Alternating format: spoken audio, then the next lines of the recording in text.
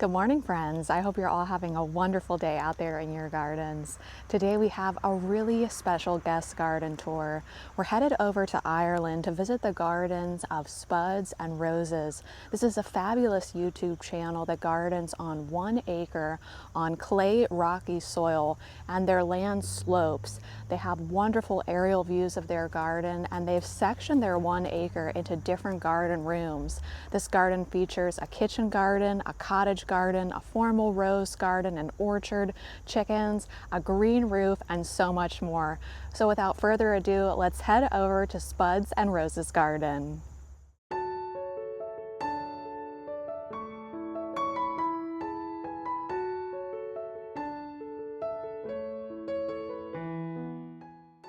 Well, hello and welcome to our home garden in southwest of Ireland. My name is Maya and this is my gardening companion. So this is Snowy, or Spuds as he is now called because of our YouTube channel. I'm really excited to be showing you through our growing spaces today. But before we do this, let me just give you a little background on our location. We're positioned to the Atlantic coast side of Ireland, not too far from the famous Killarney National Park and Muckross House and Gardens, and even the Blarney Castle is quite close. Now our summers are cool and winters are mild, but it usually rains a lot throughout the year. And we're quite exposed and it's constantly windy, which you will probably notice now throughout the video as well. Also, we're gardening in the middle of the countryside on rocky, heavy clay and on an elevated and sloped site. And our acre of a space is a mix between open grassed areas, ornamental gardens and edible growing areas. We have a small orchard with apple, pear, plum and cherry trees, where I'm at the moment.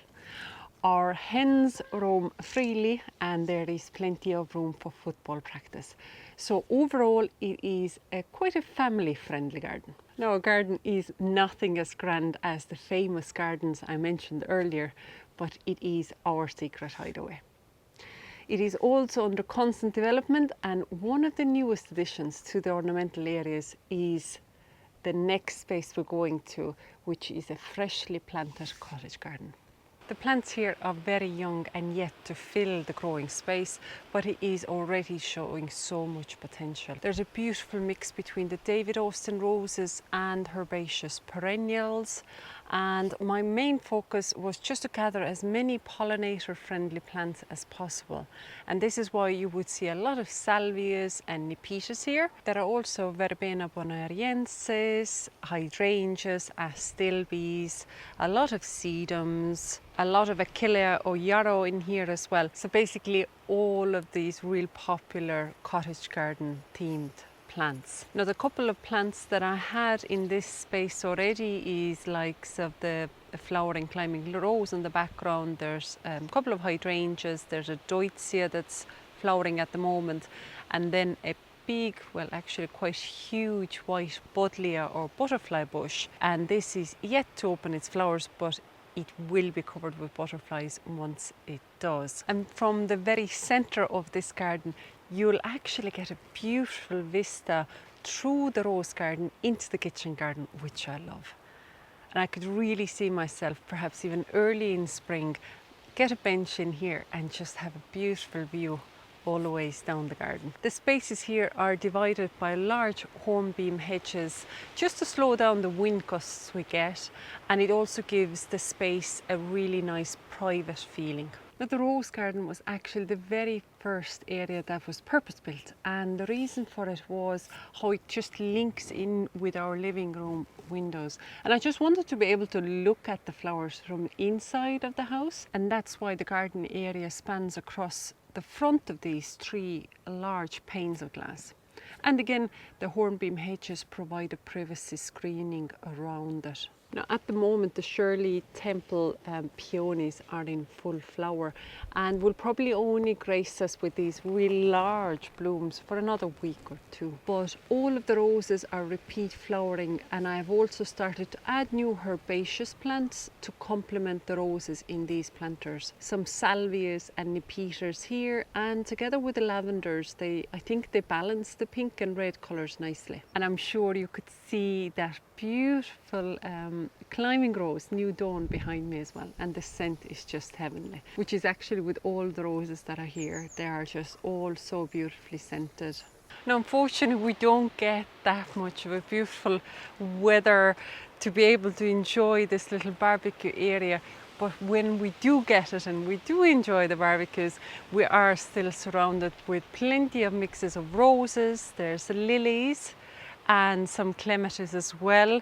I have more roses in the pots that are yet to open. There's another couple of open, and all the oriental lilies are to open here as well, but the sort of real deep coloured lilies have opened there. And the pergola behind me is just absolutely covered with Clematis montana grandiflora, and there's another white clematis running across it, and more climbing roses going up the pergola as well. So you are still continuing with the theme of sort of flowers and roses, a bit of a herbaceous planting here, and then we gently go into the edible side of it, the kitchen garden side of it. And as I've been walking through the garden, I'm actually getting slower and slower in levels as well. So the orchard and cottage garden were the highest point of the garden. Then there's another step down from the rose garden. There's another step down in here, and then going towards the greenhouse part of it, and always down the field, there's a massive level change. But this kitchen garden otherwise is directly linked with our kitchen, hence the name of it, and it's really nice to nip out here and pick a herb or two as you're cooking, or just bring in more ingredients. It does not get fresher than this. I do like following the ideas of permaculture and at the same time the Victorian era vegetable growing as well. So there is a bit of contradiction going on in my mind when I'm growing vegetables, but I do practice a little bit of both.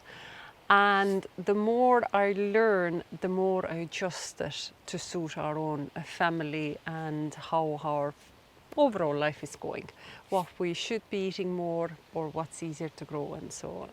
But everything what we try to do is organic, from the ornamentals all the way to the vegetable growing. Most of the kitchen garden is planted up now. The peas, beans, we have beetroot growing, kale, sweet or rutabaga, celery, carrots in here, a lot of buckets of potatoes, and slightly more uncommon vegetables are the masho, oca and yacon, where you'd eat their tubers in winter. But we also have sweet corn, summer squashes, pumpkins, everything is planted. So all we're waiting for now is when they get ready. And then we do have sweet peas, chamomile, cosmos, calendula, lupins planted for their flowers. And of course the showstopper of this huge nepeta here in the middle, right next to me. This is multiple of plants placed in a row, and originally I had them growing in the rose garden where they also looked fantastic, but they were just too vigorous for the roses, so I moved them here. And this is a variety called Six Hills Giant, and it is at the peak of its first flush of flowers, as it will continuously keep flowering until frosts. It's absolutely adored by bumblebees, stunning colour and definitely an eye catcher. From the edible side, we also have a small polycarbonate greenhouse where I grow tomatoes, sweet peppers and chilies.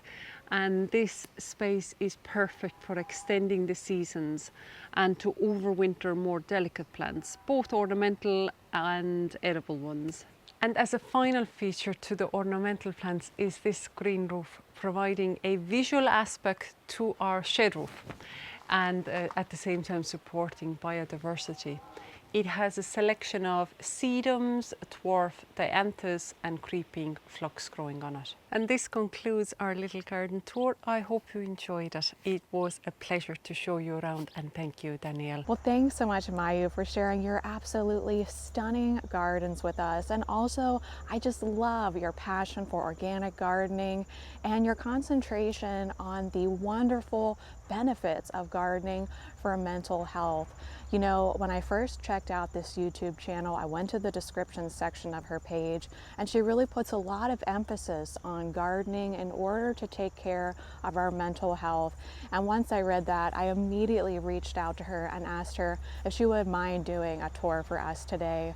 So would you join me in the comments section in thanking Spuds and Roses for this amazing garden tour? I'm going to put a link to her YouTube channel and all of her social media in the description section below. And I really hope that you'll subscribe, watch more of her content, and follow along as she gardens with her dog in that little piece of paradise that she has created.